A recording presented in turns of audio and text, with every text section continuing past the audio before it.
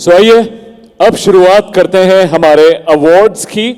आप लोग तैयार हैं? सो सबसे पहले स्टेज पर निमसेट 2023 एग्जाम्स की ऑल इंडिया रैंक 1 के हमारे बीच में आने वाले हैं कुश जायसवाल।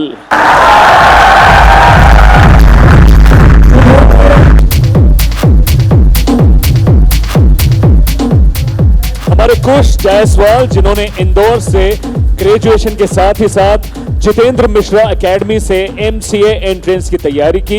कुश जायसवाल उज्जैन मध्य प्रदेश के रहने वाले हैं। मैं रिक्वेस्ट करना चाहता हूं जितेंद्र मिश्रा सर से कि वे उन्हें निमसेट 2023 एग्जाम में ऑल इंडिया फर्स्ट रैंक का अवार्ड दें।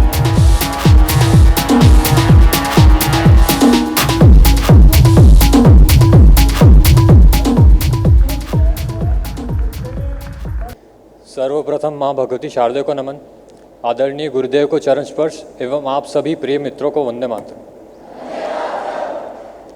सबसे पहले तो मैं सर को थैंक्स कहना चाहूँगा क्योंकि जो भी मुझे सफलता प्राप्त की है मैंने वो सिर्फ़ और सिर्फ सर की और एकेडमी की वजह से ही हो पाया है।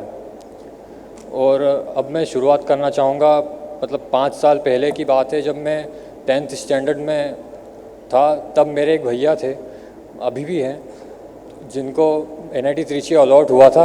उन्होंने मुझे बताया था तब JMA के बारे में कि JMA में बच्चे कैसे 14 घंटे सुबह 7 बजे से रात की 9 बजे तक पढ़ाई करते हैं और इतने कठोर डिसिप्लिन में पढ़ाई करके वो ऐसी अचीवमेंट हासिल किया करते हैं। और इन सभी का जो श्रेय जाता है वो सिर्फ़ और सिर्फ सर को जाता है। और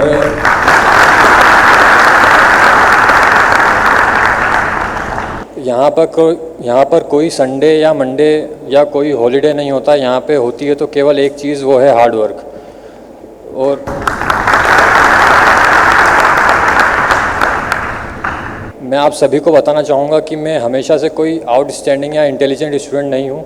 मेरे 12th में केवल 75% थे, जिसको एवरेज ही कहा जा सकता है। और जैसे कि रिवाज होता है कि अगर 11th-12th में आपका सब्जेक्ट अगर मैथमेटिक्स है तो JEE तो देना बनता है। तो फिर मैंने भी दी थी JEE और जनवरी अटेम्प्ट दिया था मैंने JEE मेंस का। उसमें मेरे फिज़िक्स में केवल 6.5 CGPA थे, परसेंटाइल, सॉरी 6.5 परसेंटाइल थे। और जो अप्रैल अटेम्प्ट था उसका मैंने फॉर्म तो भरा था, लेकिन उसमें कोरोना वायरस की वजह से वो एग्ज़ाम पोस्टपोन होती गई। और फिर जब एक्चुअल में वो एग्ज़ाम आई तो फिर मेरा कॉन्फिडेंस तो इतना लो हो चुका था कि पहले तो कम से कम थोड़े फॉर्मूले भी याद थे, अब तो कुछ भी याद नहीं है। तो इसलिए मैं एग्ज़ाम देने ही नहीं गया। और हालांकि मैं एडवांस के लिए क्वालिफाई कर गया था, लेकिन फिर मैं वही एग्ज़ाम फियर की वजह से एडवांस भी देने नहीं गया।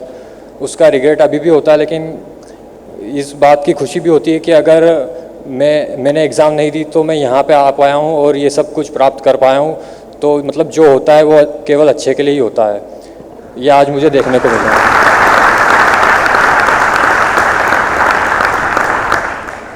और थोड़े समय बाद जब मैं सर के पास काउंसलिंग लेने आया तब सर ने मुझे डिटेल में समझाया कि कैसे NIT से MCA किया जा सकता है और NIT त्रिची प्राप्त करने के लिए मिनिमम कितने मार्क्स रिक्वायर्ड होते हैं और फिर प्लेसमेंट में कितना पैकेज लगता है। ये सब सर ने मुझे समझाया। और उस मोमेंट पे मेरे दिमाग में और भी दूसरी चीज़ें चल रही थी, जैसे कि सोशल मीडिया वगैरह से तो मैं पहले से ही कनेक्टेड था। उस पर तो बहुत सारी नेगेटिव बातें भी होती है कि कैसे यहाँ पे मतलब JMA में बहुत ज़्यादा ही डिसिप्लिन है और यहाँ पे मेहनत कर पाना बहुत ही मुश्किल है। तो मेरे पास उस मोमेंट पे 2 ऑप्शंस थे कि या तो मैं एडमिशन लूँ या फिर ना लूँ।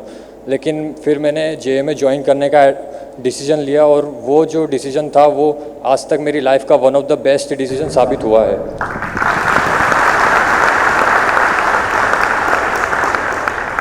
तो फिर मैंने 7 अक्टूबर 2021 से इस जर्नी की शुरुआत की थी। तो शुरुआत में तो सर ने पहला ही जो लेक्चर लिया था वो बहुत ही मोटिवेशनल था, जिससे मतलब हर कोई मोटिवेट हो ही सकता था। कितना भी डिमोटिवेटेड अगर इंसान है लेकिन फिर भी वो मोटिवेट हो ही जाता है उस लेक्चर से। और 7 अक्टूबर से मैंने ज्वाइन किया था। फिर स्टार्टिंग में मेरे मैथ्स के इतने सारा कंसेप्ट क्लियर नहीं थे, तो सर ने बेसिक लेवल से पढ़ाया और फिर उसको एडवांस लेवल तक ले गए सभी टॉपिक्स को। और उसके बाद बहुत सारे DT और WT हुए, जिससे हम खुद टेस्ट कर पाते थे कि कैसे किस चैप्टर में और ज़्यादा पढ़ाई करने की ज़रूरत है, ज़्यादा मेहनत करने की ज़रूरत है।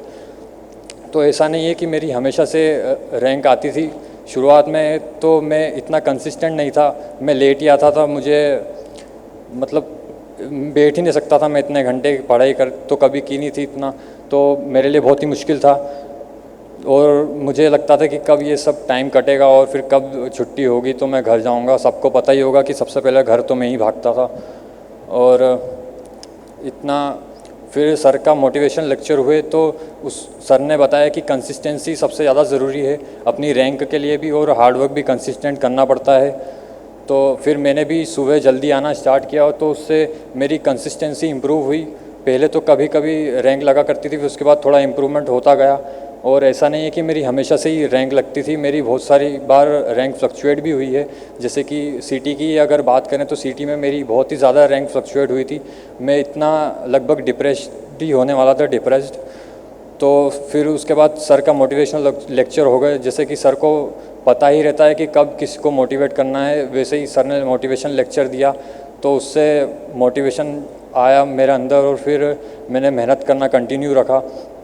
और फिर उसके बाद RT और FT जो हुई उसमें रैंक थोड़ी कंसिस्टेंट होने लगी, ऐसा लगा कि अब फ्रीज़ ही हो चुकी है।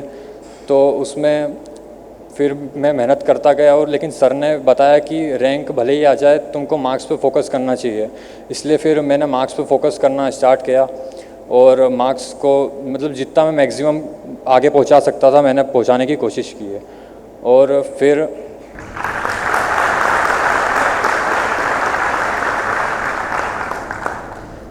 फिर जब एग्ज़ाम्स चालू हुई, फाइनल एग्ज़ाम, जैसे कि महाराष्ट्र सिटी का सबसे पहले हुई थी एग्ज़ाम, उसके कुछ ही दिन पहले मतलब मुझे टाइफाइड हो चुका था। तो मैं बहुत ही ज़्यादा डिमोटिवेटेड हो गया था, क्योंकि कंप्यूटर की स्पेशल क्लासेस जो थ्योरी की थी बहुत ही ज़रूरी, वो मैं नहीं कर पाया था। तो उसकी वजह से बहुत ही लॉस हुआ मेरा। और फिर सर ने मोटिवेट किया कि ऐसा तो होता ही रहता है, लेकिन हेल्थ पे ध्यान रखना चाहिए।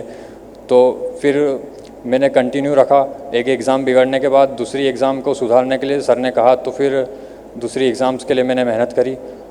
और सर ने भी बहुत सारा मोटिवेट किया था मुझे। जैसे कि एग्ज़ाम के कुछ ही दिन पहले, निमसेट के कुछ ही दिन पहले BCA का टाइम टेबल आ चुका था और मेरी BCA की एग्ज़ाम बिल्कुल पास में ही थी। तो सर ने मुझे बताया कि मतलब सभी को बताया कि कैसे दोनों को साथ में मैनेज करना है, और कोई बहुत बड़ी बात नहीं, हर साल सभी बच्चे करते हैं। तो फिर वो सारी स्ट्रेटेजीज़ को मैंने फॉलो किया और मैनेज किया दोनों को साथ में। वैसे तो वो पोस्टपोन्ड हो गई थी, तो अच्छा हुआ। और फिर जो FTs होती थी उसमें रैंक तो आ जाया करती थी, लेकिन फिर मुझ में मतलब ऐसा कॉन्फिडेंस ज़्यादा ही आ चुका था कि अब तो पेपर कितना भी बिगड़ जाए रैंक तो आ ही जाती है। तो मैंने मतलब मेहनत बहुत ही कम कर दी थी। बस मैं फिर टाइम पास ही करने लगा कि अब तो ठीक है, चलो हो जाता है आराम से। तो फिर मेरी रैंक एक बार फिर फ्लक्चुएट होने लगी। तो फिर सर ने फिर से मोटिवेशनल लेक्चर लिए कि कंसिस्टेंट रहना है। तो फिर मुझे अंदर से रियलाइज़ हुआ कि ये सब मैं क्या कर रहा हूँ, इन सब चीज़ों के लिए थोड़ी आया था मैं, और कठोर परिश्रम का कोई विकल्प नहीं होता। तो फिर मैंने फिर से मेहनत करना स्टार्ट की और मेहनत करता गया, सर भी बताते गए, गाइड करते गए। तो ये जो निमसेट की जो 2023 एग्ज़ाम थी उसमें ये परफॉर्म कर पाया हूँ।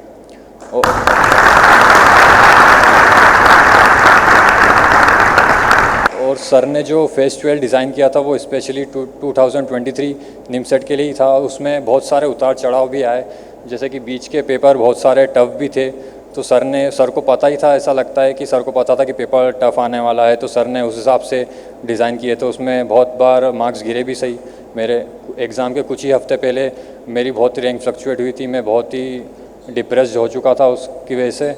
लेकिन सर ने फिर भी मुझे पर्सनल काउंसलिंग के लिए बुलाया, और मेरी रैंक इतने फ्लक्चुएट होने के बावजूद मुझ पे भरोसा रख के मुझे कहा था 4-5 दिन पहले ही कि पेपर कैसा भी आए कोई फ़र्क नहीं पड़ता, ऑल इंडिया रैंक फर्स्ट तेरी ही आने वाली है।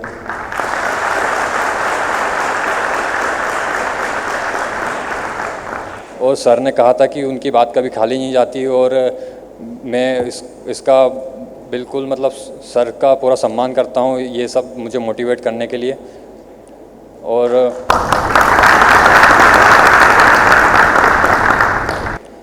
तो उसके बाद मतलब मेरी रिस्पॉन्सिबिलिटीज़ बढ़ चुकी थी। पहले मैं जो मेहनत करता था वो खुद की रैंक या रिज़ल्ट के लिए करता था, लेकिन फिर सर ने समझाया कि जो भी है एकेडमी के लिए करो, अपना योगदान देने की कोशिश करो। तो फिर मैंने मेहनत करना स्टार्ट किया कि एकेडमी के रिज़ल्ट के लिए मैं अपना योगदान दे सकूं।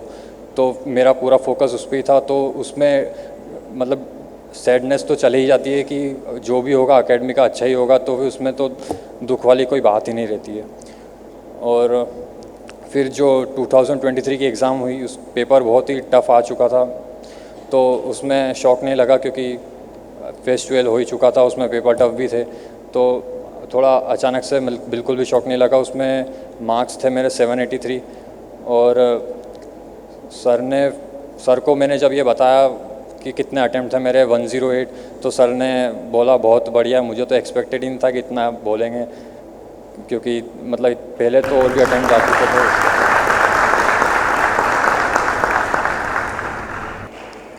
और बस सर को मैं धन्यवाद देना चाहूँगा कि जो भी हूँ मैं केवल सर की वजह से ही हूँ। और ये जो भी रैंक है ये सिर्फ़ और सिर्फ सर की है और एकेडमी की रैंक है। और ये जो ट्रॉफ़ी है ये हम सभी की ट्रॉफ़ी है, क्योंकि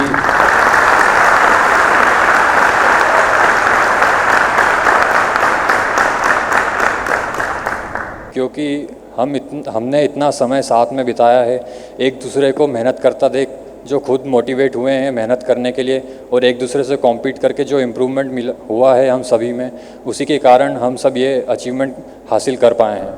तो उसके लिए यह ट्रॉफ़ी आप सभी की है, मेरी नहीं है ये। और अपनी बात को कुछ पंक्तियों से आखिर करना चाहूँगा, आप लोगों का ज़्यादा समय नहीं खाऊँगा। कि किस हद तक जाना है कोई नहीं जानता, किस मंजिल तक जाना है ये भी कोई नहीं जानता। कि 2 पल दोस्ती के साथ में बिता लो यारो, फिर जाने कब बिछड़ जाएंगे कोई नहीं जानता, कोई नहीं जानता।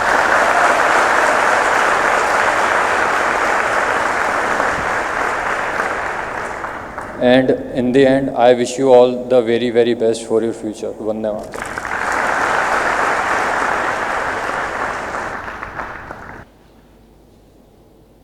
वंदे